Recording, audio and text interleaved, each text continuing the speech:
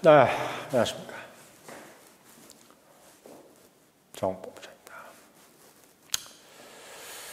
요즘 막 국제 증시, 국제 금융이 정말 어느 한 나라 때문에 들었다 놨다 되고 있습니다. 들었다 놨다. 물론 이제 미국이 가장 뭐 큰 영향력을 끼치는 나라지만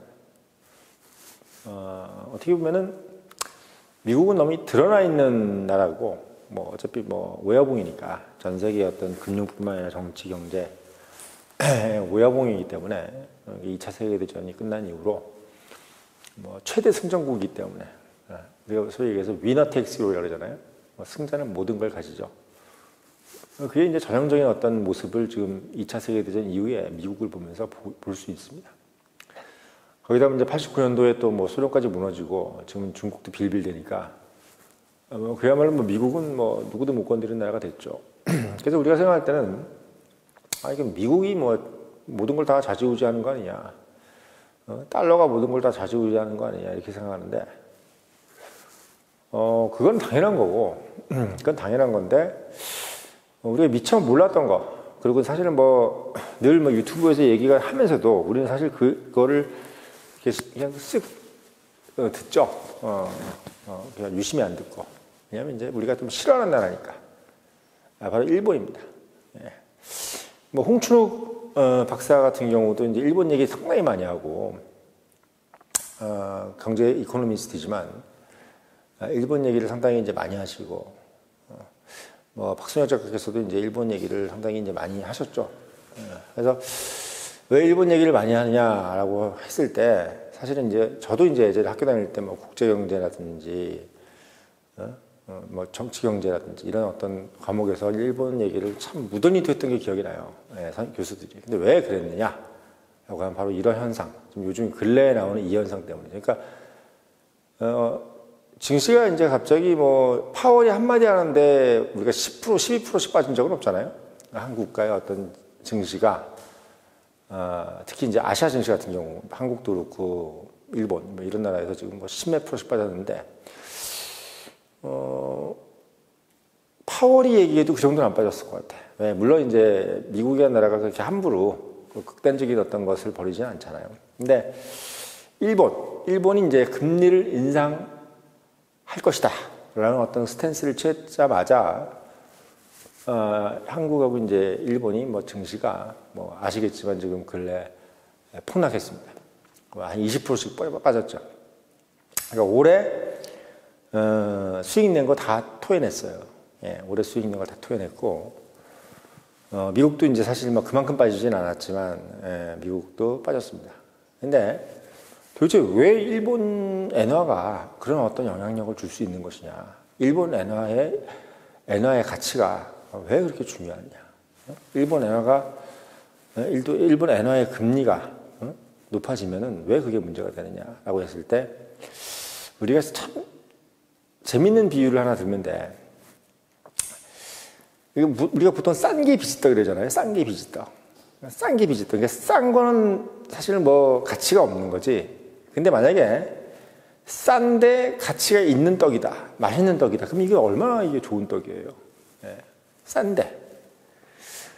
무슨 얘기냐? 지금 일본이라는 나라가 사실은 어떻게 보면 미국만큼의 국력은 아니지만 지금까지 한 4, 50년 정도의 어떤 뭐 전후에 일본의 어떤 상황을 봤을 때, 특히 지금 뭐 60대, 70대, 80대 분들이 가지고 있는 일본에 대한 이제 생각은 뭐냐면 엄청난 나라는 거죠. 엄청난 나라. 특히 80년대, 89년도 이제 그 일본 어떤 그 거품이 꺼지기 전까지는 일본의 기업이 탑5, 그러니까 탑50, 그러니까 일본이 전 세계 50개 기업 중에서 거의 뭐 한 30개를 차지하고 있는, 그게 이제 어떻게 보면은 일본의 저력이었습니다.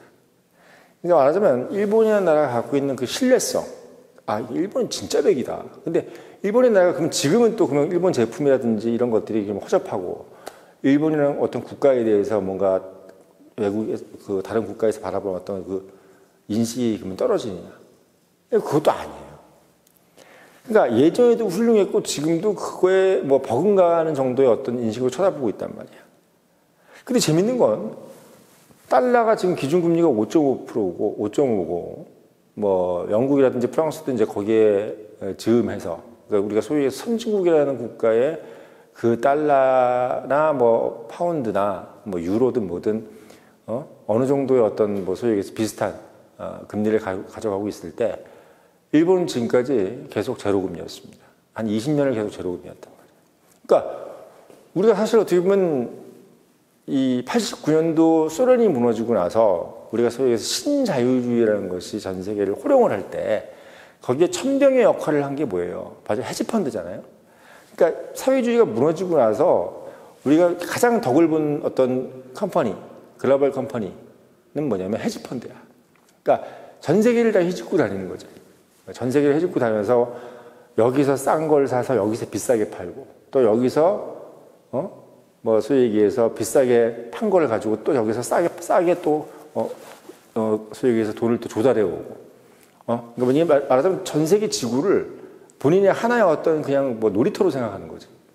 그러면 이 헤지펀드 입장에서 소위 얘기해서 달러 정도의 어떤 신뢰도를 가지면서 달러보다 5% 정도 싼 금리로 거의 제로 금리니까 여기에 가산금리 한 2% 붙이면 우리가 한 2% 정도에 빌릴 수 있고 달러는 지금 5.5니까 거의 2% 정도 붙는다고 가산금리 붙으면 7.5. 그러니까 5% 차이 정도의 금리로 싸게 금리로 빌려오는데 미국 달러 정도의 기분은 아니지만 거기에 거의 뭐 99.9% 정도의 신뢰도를 갖고 있는 국가라고 한다면 얼마나 좋아요? 아쉬울 게 없는 거지. 아쉬울 게 없잖아. 근데 우리가 소위 얘기해서 달러가 아무리 싼들 우리가 뭐 1엔, 뭐 N이 아무리 싼들 우리가 뭐 10엔, 100엔 빌려가지고는 그게 뭐 레버리지가 안 되지만 이거 엄청나게 큰 헤지펀드 입장에서 예를 들면 뭐 10억 달러만큼의 어떤 뭐 엔화를 샀다. 또는 100억 달러만큼의 엔화를 샀다. 뭐 조 단위의 엔화를 샀다. 이렇게 되면은 그 금리 차이의 크기는 엄청난 것이고 사실 그 돈을 빌려가지고 똑같은 어떻게 예를 들면 뭐 우리가 페소를 산다든지 뭐 바트화를 산다든지 아니면 원화를 산다든지 할 때 우리가 달러로 사든 엔화로 사든 만약에 파는 국가 입장에서 봤을 때는 야 뭐 달러나 엔이나 왜 워낙 월등한 국가니까 그래 우리 엔화로 그냥 받을게. 어차피 엔화도 상당히 이제 신뢰도가 있는 화폐이기 때문에 그러니까 엔화로 빌려가지고 각 지역 국가의 화폐를 사든지 주식을 사든지 사는 거예요. 그게 바로 지금까지 해왔던 20년 동안 국제 헤지펀드들이 해왔던 행태들인 겁니다. 행태들이야. 그러니까 어떻게 보면은 그렇게 이제 싼 금리, 제로 금리의 상태에서 엔화를 싸게 빌려가지고 규모가 큰 굿지로 그걸 가지고 각 국가의 화폐든 아니면 뭐 증시든 주식이든 국채든 이런 것들을 사서 뭐 1년에 무슨 뭐 한 30%, 40%, 뭐 5년 동안에 뭐 3배, 4배의 뭐 수익을 내고, 그리고 이자는 거의 안 내고, 이런 식으로 장사를 해왔다고 한다면 이거 얼마나 땅 짚고 헤엄치기의 장사예요.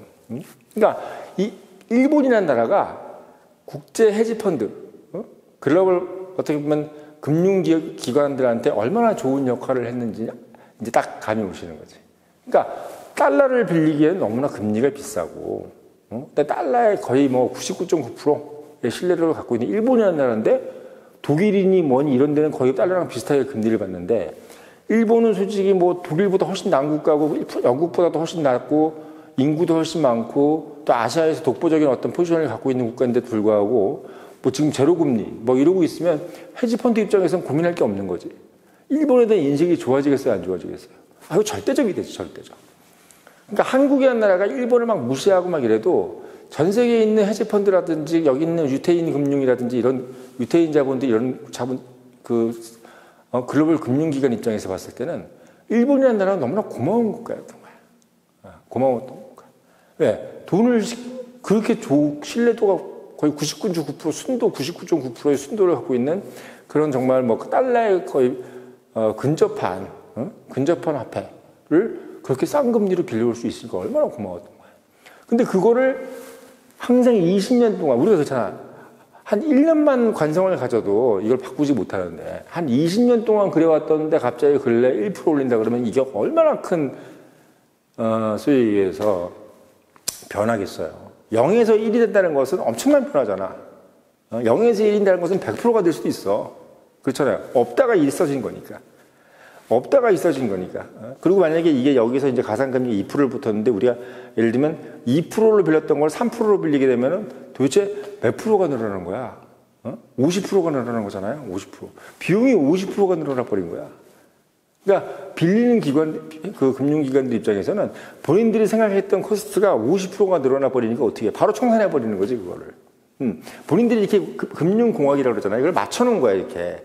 여기서 몇 프로 포스트가 나가고 여기서 몇 프로 베네핏이 들어오는데 그걸 가지고 딴 데서 또 이제 메꾸고 채우고 이걸 이제 어떻게든지 하나의 블록을 쌓아놓는 게 이게 이제 금융공학이란 말이지. 근데 그 부분을 딱 맞춰놨는데 이거를 이제 올해 일본은행에서 우리 1%까지도 올릴 수 있다라고 해버리니까 갑자기 거기에 겁먹은 헤지펀드들이 갑자기 싹 다 그 엔화로 빌렸던 모든 펀드들을 다 청산해버린 거지. 왜? 지금도 수익이 많이 났으니까. 수익이 많이 났으니까 앞으로 이제 예를 들면 계속 들고 있어 봐야 코스트만 계속 늘어나고 또 수익이 더 높아질 가능성은 없잖아요. 왜? 나만 지고 있으면 뭐해? 남들이 파는데. 그러니까 결국은 헤지펀드 입장에서는 부랴부랴 판 거야. 내가 먼저 판 거지. 남들이 팔기 전에. 그래서 이렇게 갑자기 폭락이 된 겁니다. 이렇게 폭락이 된 거예요. 왜? 모든 헤지펀드들이 팔려고 먼저 누가 먼저 파냐 이렇게 하면서 팔았으니까. 이렇게 이야기가 된 겁니다. 엔화라는 것이 왜 전 세계 금융 시장을 이렇게 요동치게 만들었고 또는 증시를 폭락하게 만들었는지 가장 큰 이유는 바로 상당히 신뢰감 있는 돈이 너무 쌌기 때문이야. 너무 쌌기 때문이지. 일본 돈이라는 것이 만약에 미안한 얘기지만 한국 돈이라든지 중국 돈 같았으면 과연 아무리 싼들 그걸 들고 가가지고 그걸 가지고 뭘 살 수 있겠어요? 일단 중국 돈을 가지고 뭘 살 수는 없고 한국 돈은 물론 한국도 뭐 사실 뭐 잘 나가긴 하지만 한국 돈의 가치가 일본 돈의 가치의 10분의 1이에요. 아니면 아예 나띵일지도 몰라, 나띵. 그러니까 우리가 이제 일본이라는 나라를 되게 무시한다, 일본이 우리를 이길 수 있다. 이거는 이제 어떻게 보면 우리가 산업으로는 일본을 이길 수도 있을지도 몰라요. 그리고 뭐 인당 국민소득 같은 거 이런 걸로는 이길 수 있지. 근데 돈의 가치로는 일본을 이길 수가 없어. 그건 우리가 돈의 가치를 설정하는 게 중요한 게 아니라 남들이 우리를 어떻게 평가하느냐가 중요한 거야. 내가 아무리 잘 산다, 내가 부자다, 내가 나 머리 똑똑하다 이렇게 아무리 외친들 남들이 날 부자로 알아야 되고 남들이 날 똑똑하다고 알아줘야 내가 똑똑한 것이고 내가 부자가 되는 것입니다. 그렇죠? 근데 그런 부분에 있어서 일본은 우리보다 훨씬 더 외국 자본들이나 국가, 그러니까 외국 그 자본들의 또 고위층들은 결국은 또 국가의 가버먼트의 또 수장들하고 연관이 돼 있고 또 대부분이 또 유태인들이잖아요. 그 사람들도 연관돼 있기 때문에 기본적으로 거기서 돈 번 사람들이 또 어떻게 보면 정부의 수장들이고 정부의 요직을 갖고 있는 사람들이라 일본하고는 어떻게 보면 안 친해질 수가 없는 관계가 돼버린 거예요, 미국은. 왜? 일본이라는 나라가 미국의 주요 VIP들이 돈을 벌게 해주는 아주 요긴한 국가가 돼버린 거예요. 그러니까 미국 입장에서는 일본이 망하면 큰일 나지. 왜? 일본이라는 나라가 자기의 호주머니를 채워주는 그런 국가이기 때문에. 다만, 근데 달러라는 건 뭐예요?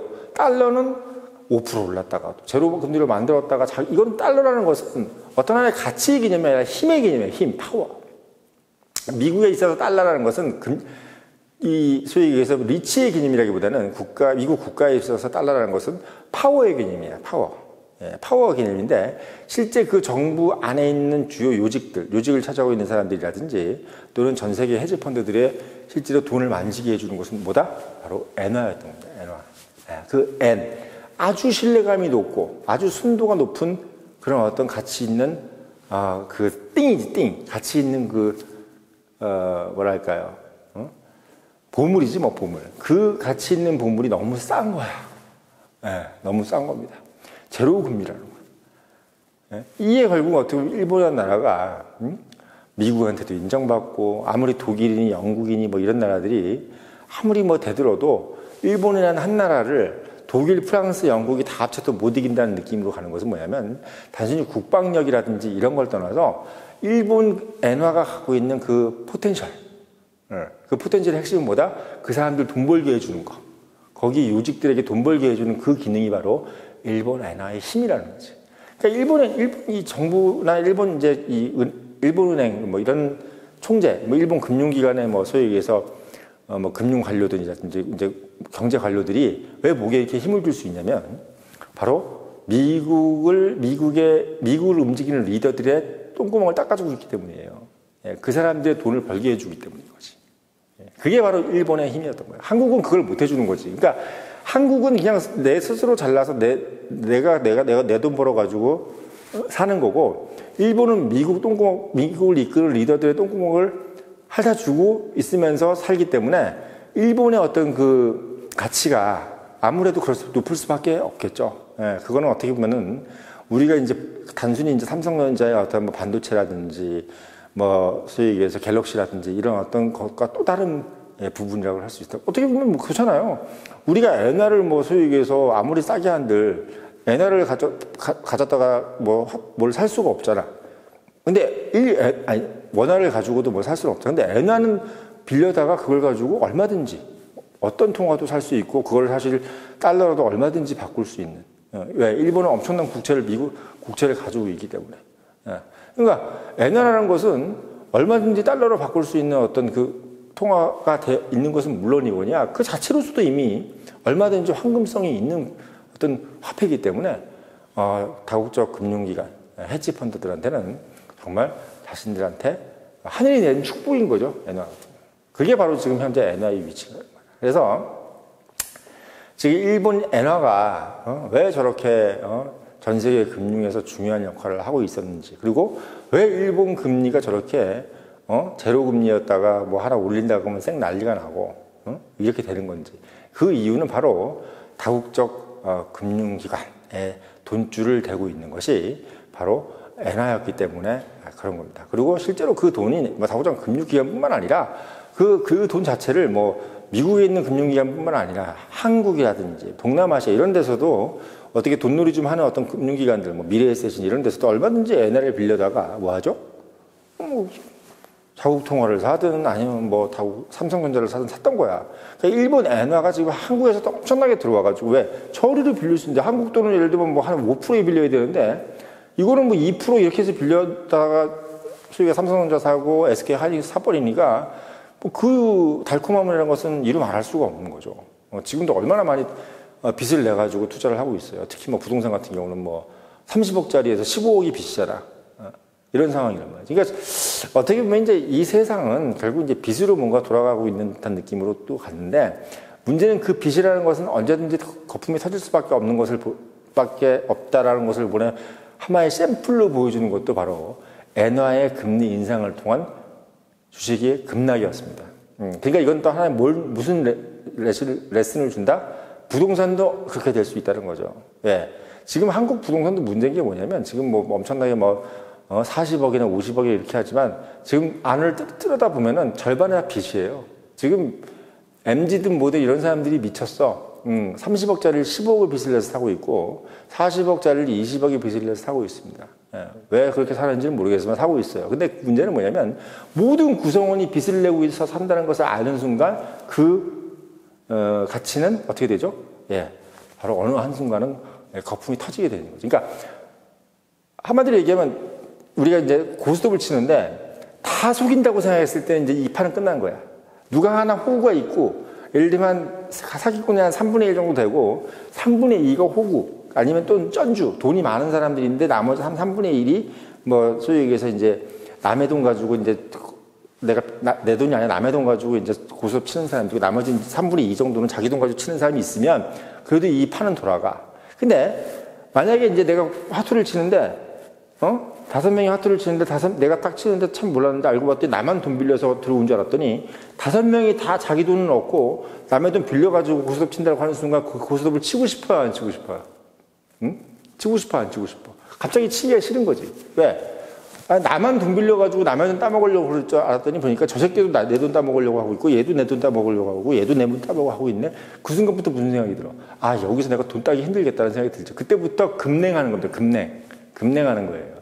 그러니까 엔화가 지금 뭐 금리가 1% 오른다 그래도 지금 뭐 그 금리 1% 오르는 거 가지고도 헤지펀드들이 서로 막 판다고 생 난리를 치는데, 만약에 이 시장에 있는 모든 사람들이 빚을 내 가지고 부동산을 사고 있다는 것을 눈치를 채는 순간, 매일경제신문에 어저께 15억 빚내 가지고 무슨 1억짜리 부부 2명이서 이제 그걸 650만 원씩 이자를 내 가지고 뭐 간다 그러는데, 과연 그게 만약에 모든 사람들이 다 그러고 있다는 것을 사람들이 아는 순간 그때는 큰일 나는 거죠. 큰일 나.